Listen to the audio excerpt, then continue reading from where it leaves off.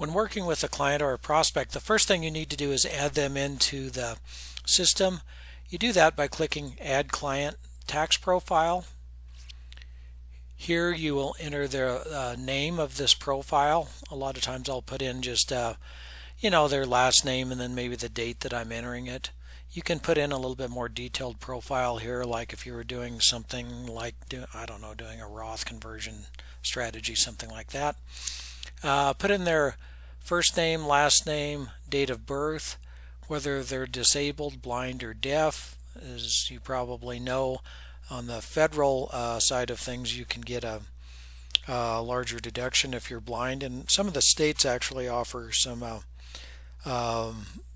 tax breaks if you're either deaf or disabled. So if that's the case, just make sure you click those buttons. Enter the spouse first and last name, date of birth, also if there's any disability issues.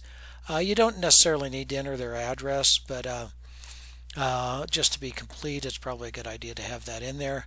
And what's really important is getting the correct state. Retirement Tax Acuity does calculate the state taxes in all 50 states plus the District of Columbia for those states that do have taxes. And then you also want to have the correct filing status in here as well. Once you enter all that information, just click Submit.